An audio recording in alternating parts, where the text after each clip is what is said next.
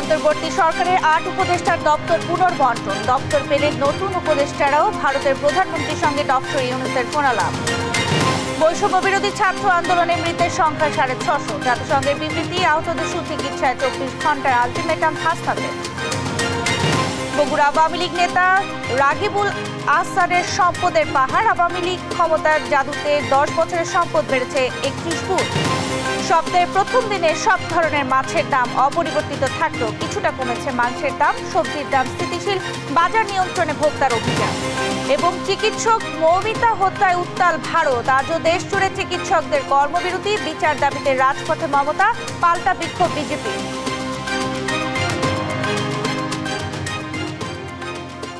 দেখছিলেন শিরোনাম সংবাদ দুপুরে, সঙ্গে আছে আমি শারমিন নাসি। এবারে থাকছে বিস্তারিত। অন্তর্বর্তী সরকারের শপথ নেয়া নতুন 4 উপদেষ্টার মধ্যে দপ্তর বন্টন করেছে সরকার। নতুন 4 উপদেষ্টার শপথ নেয়ার পর অন্তর্বর্তী সরকারের উপদেষ্টাদের দপ্তরে বড় পরিবর্তন আনা হয়েছে। এ নিয়ে উপদেষ্টার সংখ্যা দাঁড়ালো 21 জনে। আরো জানাচ্ছেন এনআই নাহিদ। ছাত্র জনতার আন্দোলনের মুখে স্বৈরাচার শেখ হাসিনা সরকারের পতনের পর 8 আগস্ট ডক্টর মোহাম্মদ ইউনূসকে প্রধান উপদেষ্টা করে 17 সদস্যের অন্তর্বর্তী সরকার গঠিত হয়। শুক্রবার বিকেলে অন্তর্বর্তীকালীন সরকারের শপথ নেয়ার নতুন 4 উপদেষ্টা তাদের সঙ্গে যোগ দিয়েছেন। নতুন উপদেষ্টাদের মধ্যে ওয়াহিদ উদ্দিন মাহমুদকে পরিকল্পনা ও শিক্ষা মন্ত্রণালয়, মোহাম্মদ ফাউজুল কবির খানকে বিদ্যুৎ জ্বালানি মন্ত্রণালয়, সড়ক ও সেতু মন্ত্রণালয় এবং রেলপথ মন্ত্রণালয়ের দায়িত্ব দেওয়া হয়েছে। লেফটেন্যান্ট জেনারেল অবসরপ্রাপ্ত জাহাঙ্গীর আলম চৌধুরীকে স্বরাষ্ট্র মন্ত্রণালয় এবং কৃষি মন্ত্রণালয়ের দায়িত্ব দেওয়া হয়েছে। আলী ইমাম মজুমদারকে সংযুক্ত করা হয়েছে প্রধান উপদেষ্টার কার্যালয়ে। পুরনো উপদেষ্টাদের মধ্যে ব্রিগেডিয়ার জেনারেল অবসরপ্রাপ্ত এম শাখাওয়াত হোসেনকে স্বরাষ্ট্র মন্ত্রণালয় থেকে বদলে বস্ত্র ও পাট মন্ত্রণালয়ের দায়িত্ব দেওয়া হয়েছে। আগের উপদেষ্টাদের মধ্যে সালেহুদ্দিন আহমেদকে অর্থ ও বাণিজ্য মন্ত্রণালয়ের দায়িত্ব দেওয়া হয়েছে। আগে তিনি ছিলেন অর্থ ও পরিকল্পনা মন্ত্রণালয়ের দায়িত্বে। এদিকে অধ্যাপক আসিফ নজরুলকে আইন মন্ত্রণালয়ের পাশাপাশি প্রবাসী কল্যাণ ও বৈদেশিক কর্মসংস্থান মন্ত্রণালয় এবং সংস্কৃতি মন্ত্রণালয়ের বাড়তি দায়িত্ব দেওয়া হয়েছে। আদিলুর রহমান খানকে শিল্প মন্ত্রণালয়ের সঙ্গে গৃহায়ন ও গণপূর্ত মন্ত্রণালয়ের দায়িত্ব দেওয়া হয়েছে। সৈয়দা রিজওয়ানা হাসান পরিবেশ, বন ও জলবায়ু পরিবর্তন মন্ত্রণালয়ের পাশাপাশি এখন পানি সম্পদ মন্ত্রণালয়ও সামলাবেন। মোহাম্মদ নাহিদ ইসলাম ডাক, টেলিযোগাযোগ ও তথ্য প্রযুক্তি মন্ত্রণালয়ের সঙ্গে তথ্য ও সম্প্রচার মন্ত্রণালয়ের দায়িত্ব পেয়েছেন। আসিফ মাহমুদ সজীব ভুঁইয়া যুব ও ক্রীড়া মন্ত্রণালয়ের সঙ্গে পেয়েছেন শ্রম ও কর্মসংস্থান মন্ত্রণালয়ের দায়িত্ব। এছাড়া ফারুকী আজম মুক্তিযুদ্ধ বিষয়ক মন্ত্রণালয়ের সঙ্গে দুর্যোগ ব্যবস্থাপনা ও ত্রাণ মন্ত্রণালয়ের দায়িত্ব পেয়েছেন। এনআই নাহিদ, দেশ টিভি, ঢাকা। ভারতের প্রধানমন্ত্রী নরেন্দ্র মোদীর সঙ্গে অন্তর্বর্তী সরকারের প্রধান উপদেষ্টা ডক্টর মোহাম্মদ ইউনূসের ফোনালাপ হয়েছে। এ সময় তিনি ডক্টর ইউনূসকে নেতৃত্ব গ্রহণ করায় অভিনন্দন জানান। শুক্রবার গণমাধ্যমে পাঠানো এক বিবৃতিতে এই তথ্য নিশ্চিত করে প্রধান উপদেষ্টার প্রেস উইং। বিবৃতিতে জানানো হয়, ফোনালাপে ডক্টর মোহাম্মদ ইউনূস ভারতের প্রধানমন্ত্রীকে বাংলাদেশে হিন্দু সহ সব সংখ্যালঘু সম্প্রদায়ের পূর্ণ নিরাপত্তা নিশ্চিতের আশ্বাস দিয়েছেন। এ সময় ডক্টর ইউনূস আরও বলেন, এটি দ্বিতীয় বিপ্লব এবং এই সরকার ছাত্র ও জনগণের আকাঙ্ক্ষা পূরণ করবে। সে সময় নতুন সরকারকে শুভ কামনা জানান মোদী এবং ঘনিষ্ঠ বন্ধু হিসেবে বাংলাদেশের জনগণের স্বার্থে কাজ করার কথা ব্যক্ত করেন। বলেন, অধ্যাপক ইউনূসের দীর্ঘ অভিজ্ঞতা বাংলাদেশের মানুষের জন্য কল্যাণ বয়ে আনবে। শুক্রবার সামাজিক যোগাযোগ মাধ্যম এক্সে ফোনালাপের বিষয় নিয়ে একটি পোস্টও দেন মোদী।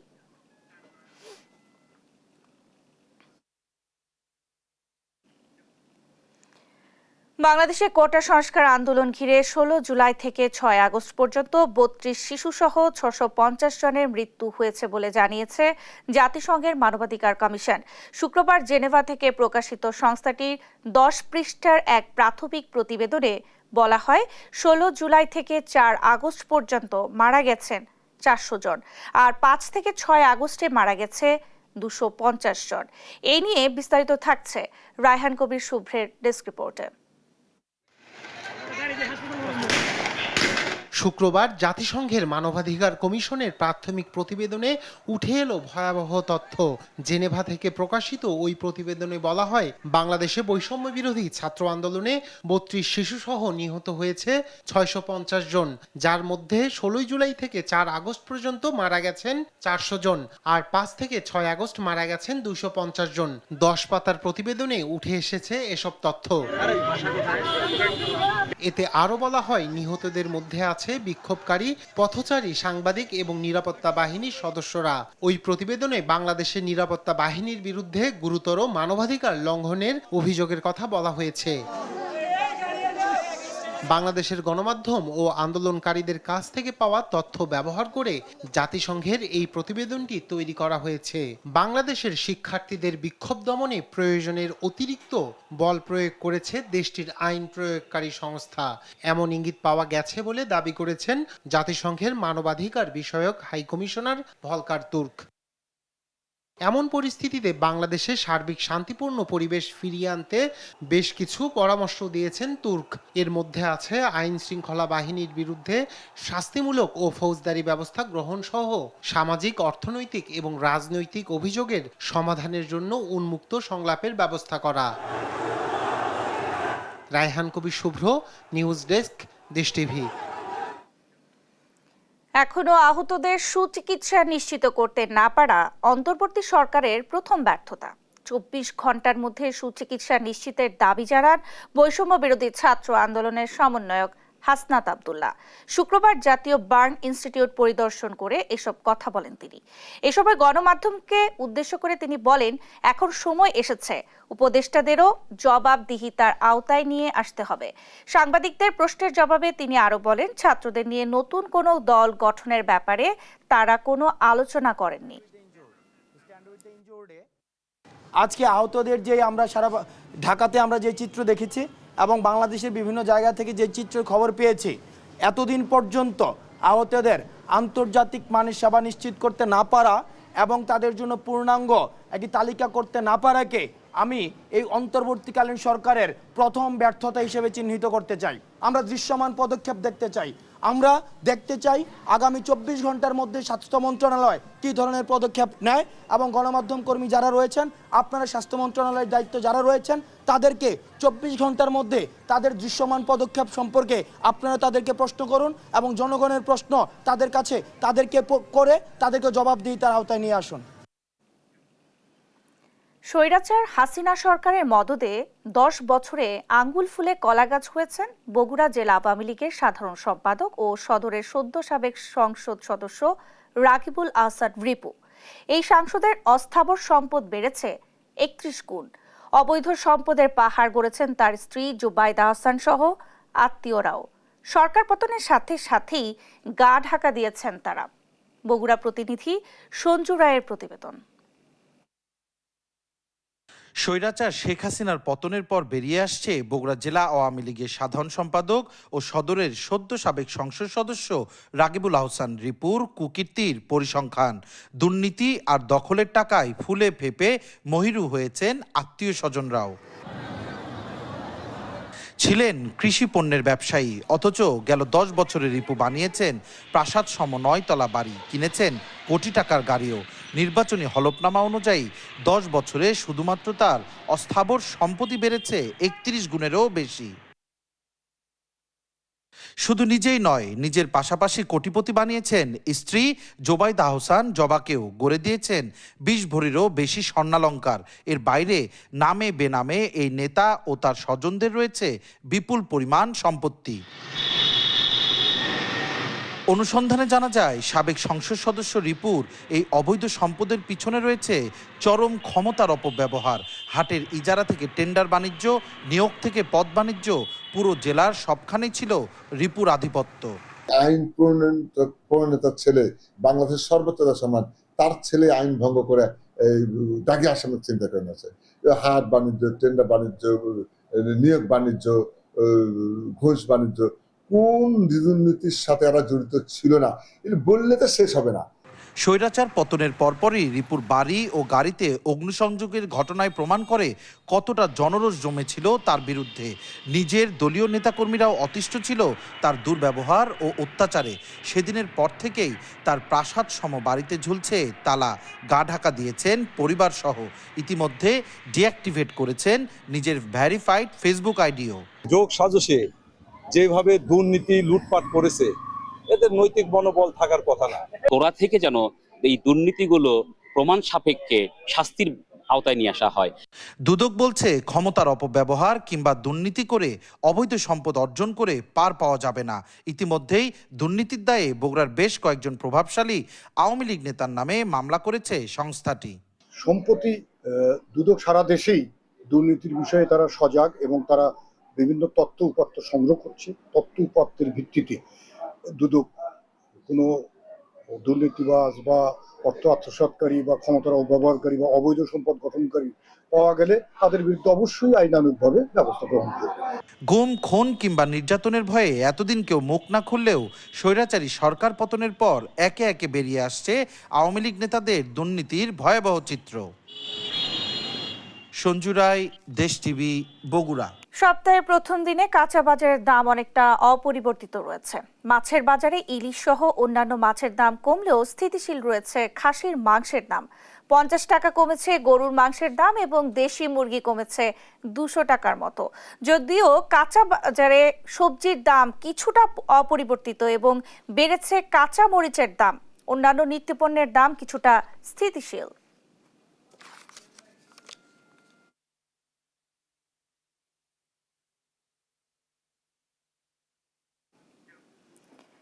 বন্ধ রয়েছে যমুনা সার কারখানা, এতে ব্যাপক ক্ষতির মুখোমুখি কৃষি খাত। বিস্তারিত জানাতে জামালপুর থেকে যুক্ত হচ্ছেন সহকর্মী মেহেদি হাসান। মেহেদি, এই যে সার কারখানা বন্ধ, এতে কি ধরনের সমস্যায় মানুষ পড়ছে আমাদেরকে বিস্তারিত জানাবেন। ন্যান্সি, আমি এখন অবস্থান করছি জামালপুরের সরিষাবাড়ি তারাকান্দি এলাকায়, যে যমুনা সার কারখানাটি রয়েছে তার সামনে। এখানে কিন্তু গত 7 মাস যাবৎ কিন্তু এই যমুনা সার কারখানায় কোনো সার উৎপাদন হচ্ছে না। কর্তৃপক্ষ কিন্তু আমাদেরকে জানিয়েছেন যে গ্যাসের যে চাপ সেটি না থাকার কারণে কিন্তু এই উৎপাদন বন্ধ। আমি আপনাদেরকে একটু দেখাতে চাই যে জামালপুরে যে সার কারখানাটি রয়েছে সেটি কিন্তু প্রতিদিন গড়ে 1700 মেট্রিক টন উৎপাদন সক্ষমতা নিয়ে 1991 সালে বাণিজ্যিকভাবে কিন্তু এটি যাত্রা শুরু করে। এটি যদিও 1700 মেট্রিক টন হওয়ার কথা ছিল, কিন্তু গ্যাসের চাপ কম থাকায় প্রতিদিন 1250 মেট্রিক টন কিন্তু ইউরিয়া সার উৎপাদন হয়। এবং এই সারগুলো কিন্তু জামালপুর, শেরপুর, টাঙ্গাইল, সিরাজগঞ্জ সহ উত্তরাঞ্চলের 21টি জেলার প্রায় 162টি উপজেলায় কিন্তু এই সার কিন্তু চলে যায়। এবং এই মুহূর্তে 7 মাস যাবৎ যে সার কারখানায় যে সার উৎপাদন হচ্ছে না, এই নিয়ে কিন্তু চরম বিপাকে রয়েছেন এই প্রতিষ্ঠানের প্রায় 3,500 থেকে 4,000 যারা শ্রমিক রয়েছেন তারা।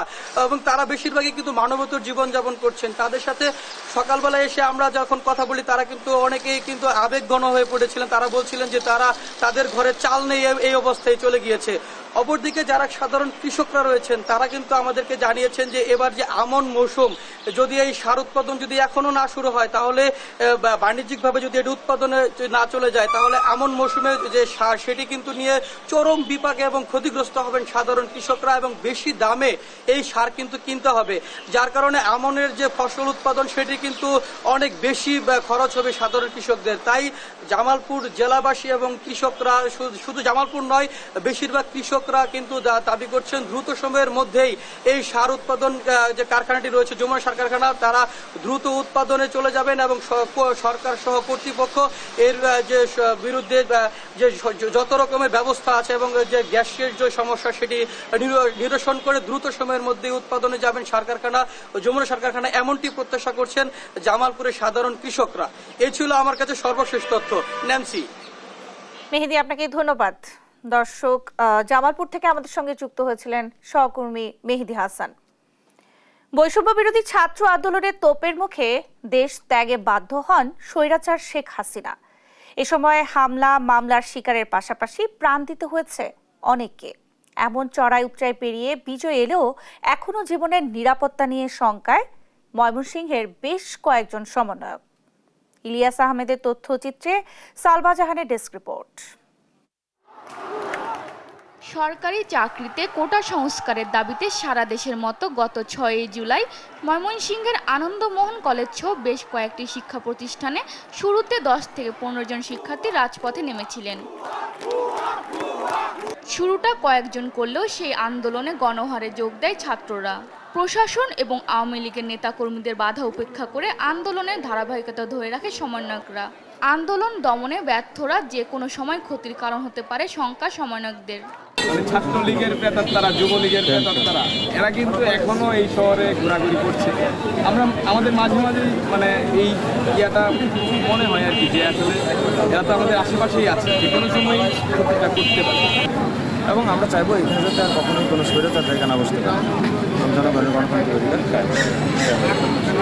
সুন্দর বাংলাদেশের প্রত্যাশা করে সমন্বয়করা বলছেন, কোনো অপশক্তি যেন আর মাথা চারা দিয়ে উঠতে না পারে, সেজন্য তাদের দমন করতে হবে শক্ত হাতে।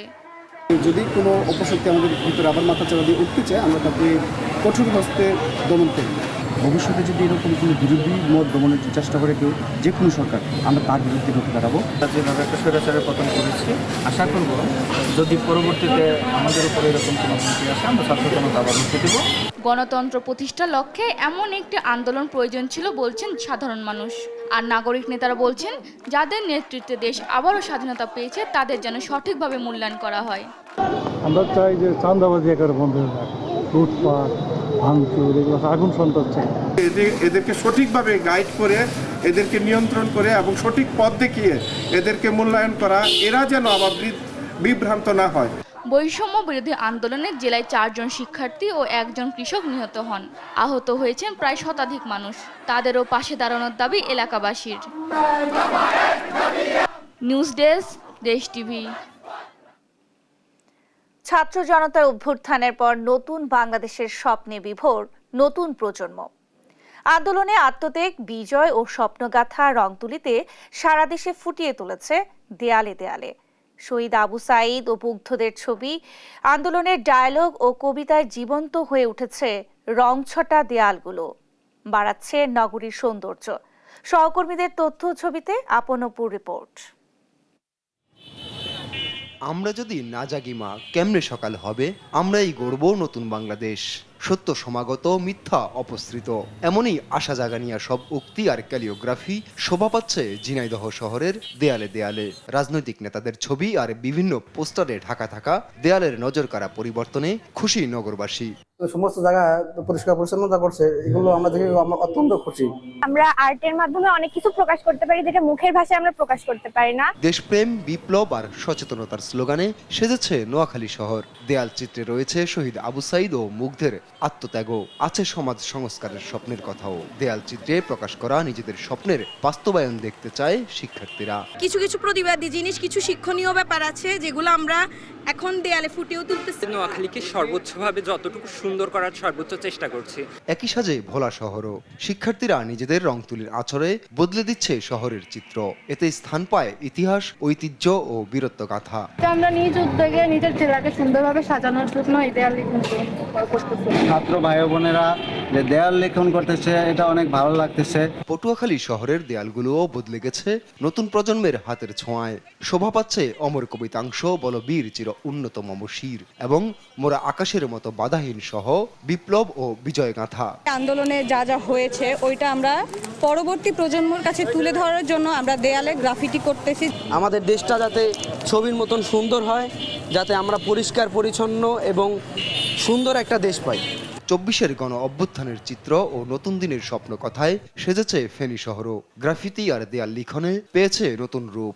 আমাদের এই গ্রাফিতির মূল থিমটা হচ্ছে আসলে স্বাধীনতার সুখ। যারা দুর্নীতিটা আসলে করেছে তারাই যাতে সামনের বার আরো সচেতন হয়। আন্দোলন করেছিল, আমরা সেটি স্মরণ করে রাখার জন্যই এটি এঁকেছি। দেয়ালে দেয়ালে ফুটিয়ে তোলা শিক্ষার্থীদের স্বপ্নের মতোই সুন্দর হোক আগামীর বাংলাদেশ, প্রত্যাশা সবার। আপনপু, নিউজ ডেস্ক, দেশ টিভি। এই ছিল এখনকার সংবাদ দুপুর। পরের বুলেটিন দেখার আমন্ত্রণ হলো। এছাড়া দেশ টিভির সর্বশেষ সব খবর পেতে ভিজিট করুন www.desh.tv। ফেসবুকে আমাদের সঙ্গে যুক্ত থাকুন দেশ টিভি অথবা দেশ টেলিভিশন পেজে। সর্বশেষ সব ভিডিও পেতে ইউটিউবে আমাদের হ্যান্ডেল @desh television অথবা @desh tv news লিখে সার্চ করুন। ধন্যবাদ সবাইকে।